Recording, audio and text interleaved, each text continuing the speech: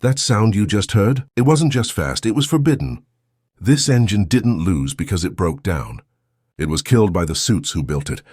Welcome to the real story of Chevrolet's outlawed 427 mystery motor, the maverick genius who dared to unleash it, and the corporate betrayal that tried to erase it from existence. If you're ready to discover the wildest engine scandal NASCAR ever tried to hide, smash that subscribe button right now. This channel brings you the untold stories behind America's most controversial machines. And trust me, you won't want to miss what happens next. Detroit's underground engineering labs hummed with dangerous secrets. Behind locked doors at General Motors, something terrifying was taking shape. Not just another V8, a revolution. They called it the Mark II Big Block. But racing insiders whispered a different name, the mystery motor. America's horsepower arms race was escalating. Muscle cars prowled showroom floors, while NASCAR ovals turned into gladiatorial arenas. Chevrolet's mighty 409 had dominated for years, but now Ford's engineers were closing in with bigger, meaner power plants.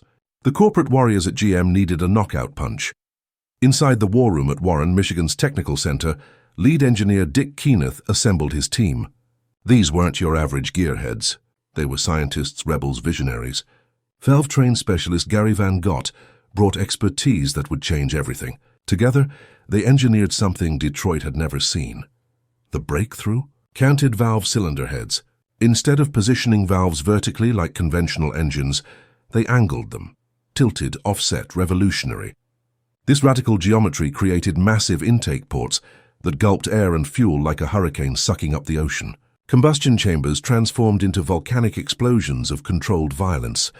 This wasn't copying Chrysler's Hemi design. This was pure innovation, aggressive evolution that made competitors nervous just hearing rumors about it. But revolutionary hardware demands a revolutionary handler. Chevrolet needed someone fearless, brilliant, and completely willing to obliterate every rule standing between them and victory.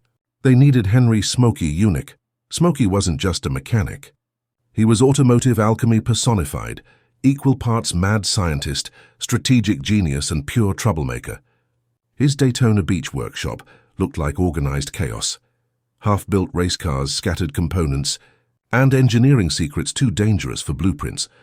When Chevrolet's prototype 427 mystery motor arrived at his shop, Smokey locked the doors and disappeared into his laboratory. For weeks he dissected, reimagined, and transformed that engine. Under his hands, stock components became weapons. Factory specifications became suggestions. GM's corporate boundaries became irrelevant. Word leaked through NASCAR's paddock like gasoline fumes before ignition. Mechanics caught glimpses of Smokey's setup. Those alien cylinder heads, bizarre valve angles, the demonic rumble when he test-fired the motor. Rival teams exchanged worried glances. Something wicked was coming. Smokey paired with driver Junior Johnson, a fearless pilot who matched the engine's savage personality.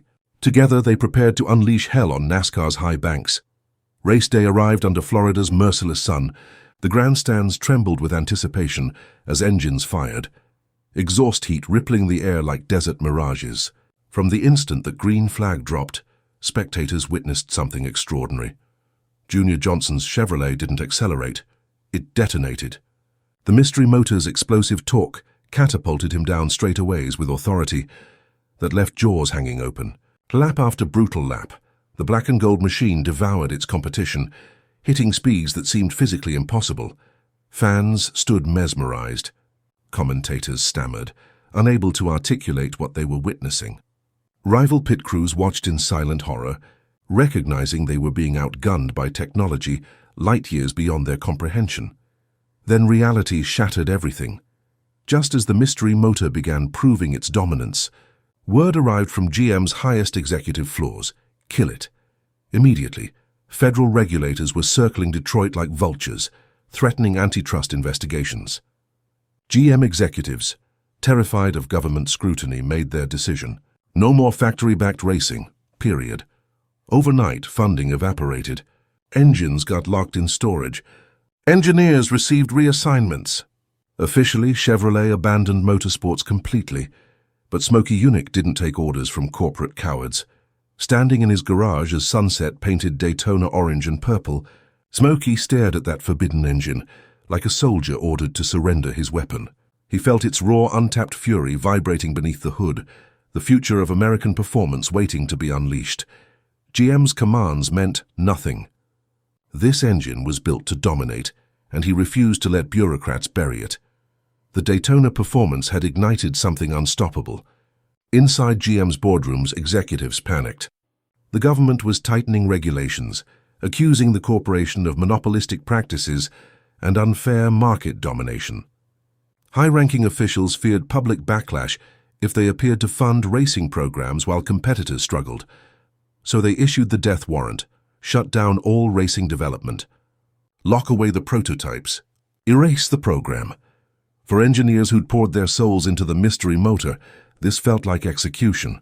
But Smokey wasn't built for obedience.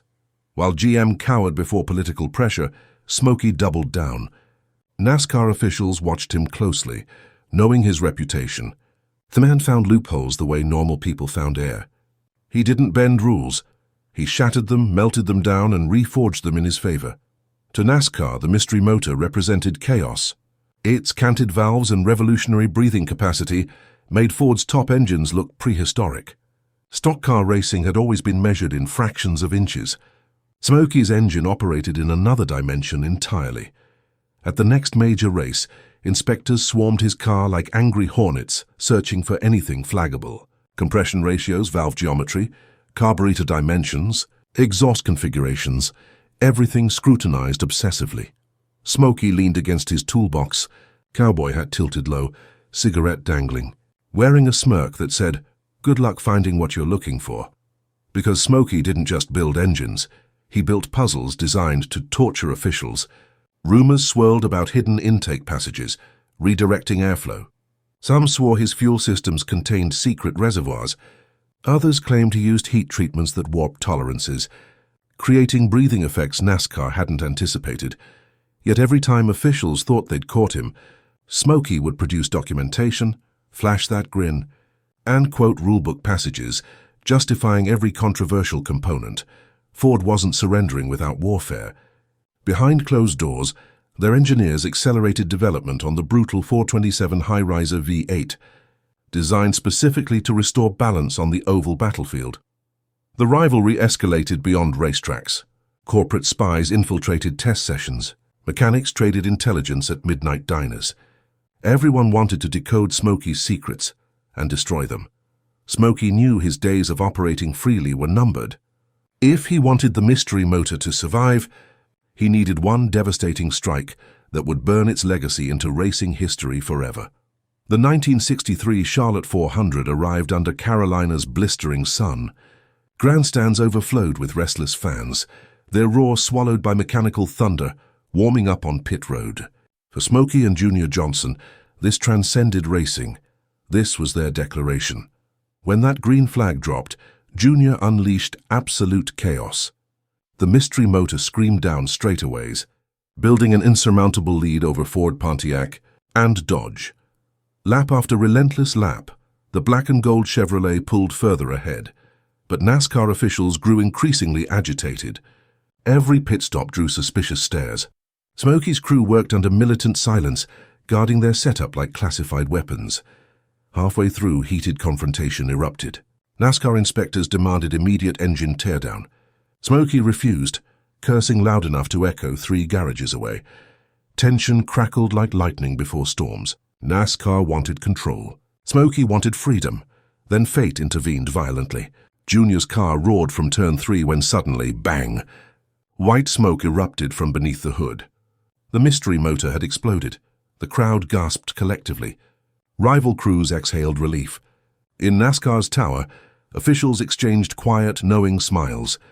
For Smokey Yunick, that explosion wasn't failure. It was declaration of war. The Charlotte disaster's burning oil smell haunted Smokey's memory. But where others saw catastrophic failure, Smokey saw unfinished business. Back at his Daytona workshop, the destroyed engine lay spread across steel workbenches like autopsy remains. Smokey crouched over shattered pistons and fractured valves, studying each fragment obsessively. Every scar whispered secrets. Every melted bearing provided clues. He wasn't rebuilding the mystery motor, he was reinventing it. By late 1963, Smokey forged something new. deadlier, sharper, hungrier. He experimented with exotic materials, redesigned valve angles, pushed compression ratios beyond anything Chevrolet had dared attempt. NASCAR demanded stock configurations. Smokey ignored them. GM refused further funding. Smokey didn't care. Ford flooded tracks with monstrous 427 high-risers, hoping to bury him. Smokey smiled. He had something they lacked: freedom. While corporate-backed teams drowned in red tape, Smokey operated like an outlaw gunslinger. No bosses to appease, no shareholders to protect, no press releases to manage. Only pure, unfiltered pursuit of speed. The result: a mystery motor nastier than before, designed to run hotter, breathe deeper, deliver relentless torque that would shred tires on straightaways. But NASCAR hated it even more. By early 1964, NASCAR had rewritten entire rulebook sections targeting Smokey's innovations. Compression limits, carburetor restrictions, valve geometry inspections, all designed to kill his advantage. Smokey treated their rulebook like a chess game. When NASCAR blocked one move, he invented 3 others. When they closed one loophole, he carved open new ones. In one legendary test session, officials accused him of running an oversized fuel tank. Smokey casually kicked the gas tank onto the garage floor, then fired up the car anyway, revealing a secret fuel line hidden inside the chassis itself. The car kept running. NASCAR had no rule against it. Smokey just grinned and tipped his hat. The 427 mystery motor had transcended hardware. It symbolized rebellion, innovation, defiance. Smokey wasn't fighting for wins anymore. He was fighting for the right to create without permission. The 1964 Daytona season opener shaped up as motorsport's ultimate showdown. Ford rolled in with their most aggressive lineup yet. Pontiac brought experimental power plants. Chrysler brewed something monstrous in shadows, an engine with hemispherical heads that would soon redefine speed forever. Then there was Smokey, his black and gold. Chevrolet rolled onto pit road like a silent assassin. The reborn mystery motor purred beneath the hood, canted valves coiled like snakes ready to strike. Rival teams stopped working just to watch him fire it up. The sound was different, deeper, meaner, like thunder rolling across canyons. Smokey stood beside the car, cigarette dangling, eyes hidden behind dark aviators. He knew this wasn't just racing. This was judgment. The green flag dropped. Junior Johnson hammered the throttle, and the car launched forward like a bullet from a cannon. The mystery motor screamed past competition, slicing through air with terrifying velocity. Lap after lap, it widened the gap, becoming a blur of pure defiance. But inside NASCAR's control tower, panic spread. Officials whispered urgently, scanning lap times that mocked their carefully crafted regulations. Then came the red flag. Race stopped. Announcers scrambled for explanations. Fans roared confusion. In the tower, the verdict was already written. Smokey Yunick's mystery motor was too powerful to exist. NASCAR officials walked into Smokey's pit stall with clipboards and stone-cold faces. They demanded the engine. All of it. Smokey refused. Voices escalated. Crowds gathered.